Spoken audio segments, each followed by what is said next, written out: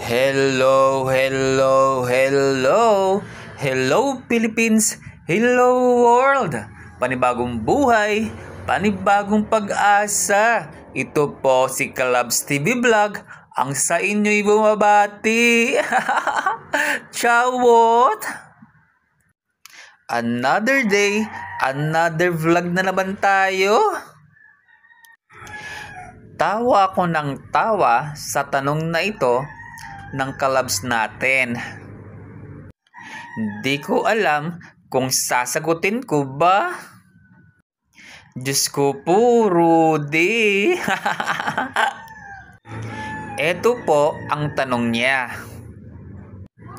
Mga senyales na may tililing ang isang tao? Grabe naman kasi ang tanong na ito sa akin. Tililing talaga? Hindi ko alam kung seryoso ba talaga siya sa tanong niya. Wala akong magagawa kasi ito ang tanong ng isa sa kalabs natin dyan. Kailangan kong sagutin. Galing kay Mr. Yayo ang tanong na ito. Mga senyales na may tililing ang isang tao. Kapag itinuturing kaniyang kaaway at kalaban, kahit hindi mo naman siya inaano, ibig sabihin may problema sa isip niya. Kasi gumagawa siya ng gulo nang walang basehan o tandaan.